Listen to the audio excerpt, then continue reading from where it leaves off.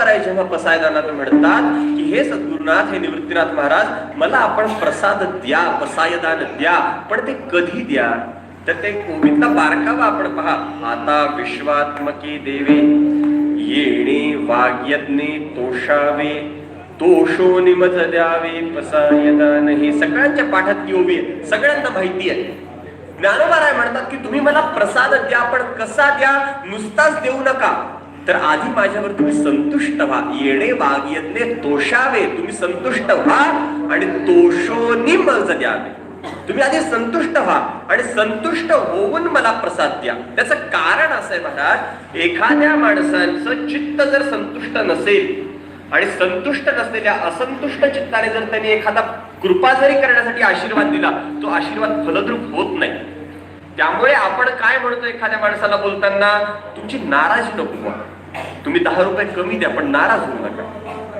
जे पैसे द्याल ते मनाने आणि खुशीने द्या. हे जे म्हणतो ना, हे कीर्तनकार असं सांगत नाही बरं का, मी हे बाहेरचं सांगतोय. विठ्ठल विठ्ठल.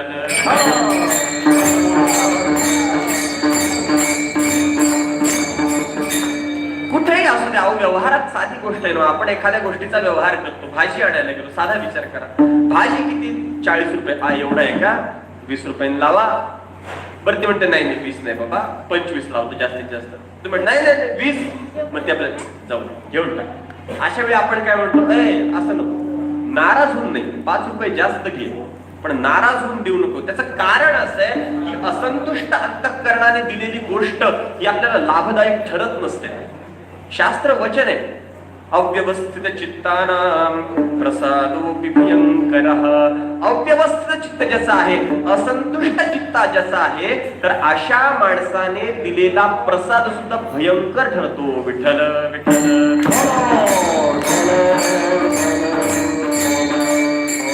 या सगळ्या गोष्टीमुळे त्यांची आधी संतुष्टता प्राप्त करून घ्यावी, त्यांची कृपा प्राप्त करून घ्यावी, त्यांना आधी संतुष्ट करावं आणि मग प्रसन्न झाल्यानंतर ते जे आपल्याला देतील ती कृपा फार मोठी असते. म्हणून संतांची कृपा प्राप्त करून घेण्यासाठी, संतांची प्रसन्नता प्राप्त करून घेण्यासाठी काय करायचं असतं, तर त्यांची सेवा करायची असते. तनु मनु जीवे चरणासी लागावे, अगरवता करावे दास्य सकळ, मग अपेक्षित जे आपुले. ज्ञानोबा सांगतात, तद्विधी प्रणिपातेन परिप्रश्नेन सेवया उपदेक्षन्ते ते ज्ञानम ज्ञानिनस्तत्वदर्शिनः. संतांनी आपल्याला ज्ञानाचं दान करावं, सद्गुरूंनी आपल्याला ज्ञान द्यावं असं जर वाटत असेल तर आधी त्यांची सेवा करावी लागते. ते ज्ञान पैगा बरवे, जरी मनी याथी आणावे, तरी संताया भजावे सर्वस्वेसी. जे ज्ञानाचा गुरुठा, तेथ सेवा हा तारवंठा. तो स्वाधीन करी सुभटा ओळगोनी, तरी तनु मनु जीवे चरणासी लागावे. आणि अगरवता करावे दास्य सकळ, मग अपेक्षित जे आपुले तेही सांगती पुशिले. अंतःकरण बोधले संकल्पा नाही. ज्ञानोबारायांनी या एका श्लोकावरच्या या 4-5 ओव्यांमध्ये हा भाव फार सुंदर प्रकट केलाय. ज्ञानोबाराय म्हणतात, तुम्हाला जर संतांची प्राप्ती काय झाली आहे आणि संतांकडून संतांची संतुष्टता प्राप्त करून घ्यायची असेल, त्यांच्याकडून तुमची अपेक्षित ज्ञानाची भूक जर भागवायची असेल, त्यांच्याकडून जर तुम्हाला प्रसाद घ्यायचा असेल, तर आधी त्यांची सेवा करा. माणसाची बुद्धी काय असते महाराज, माणसाला मेवा हवा असतो पण सेवा नको असते. विठ्ठल विठ्ठल.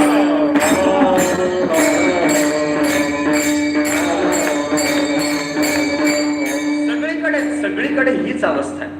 जेव्हा खाण्याची वेळ येते तेव्हा रांगा पुरत नाही आणि कीर्तनाला बसा म्हटलं तर बसत नाही. मी पुन्हा सांगतो, मी बाहेरच्यांचं सांगतोय, तुमचं नाही सांगलं. तुम्ही खूप प्रेमाने ऐकताय सर्वजण, असेच ऐकत राहा, म्हणजे आपण 4-5 तास कीर्तन करू. विठ्ठल विठ्ठल विठ्ठल. कारण असंही पैठणची परंपरा आहे, जोपर्यंत नाथवंशजांची काल्याची दिंडी निघत नाही तोपर्यंत कीर्तन संपवायचं नाही. हा, आपल्या आधी आजोबा तेच करायचे.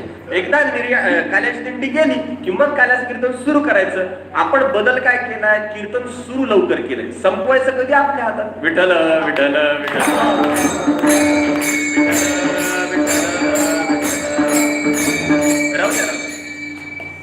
तर माझा विषय काळजी करू नका, मी वेळेत आपलं कीर्तन संपवणार आहे. जरी माझ्या हातात घड्याळ नसलं तरी समोरच्यांची घड्याळ कोणाची मी पाहतोय. आणि घड्याळ जरी नाही दिसलं तरी तुमचे चेहरे घड्याळासारखे दिसतात. विठ्ठल विठ्ठल.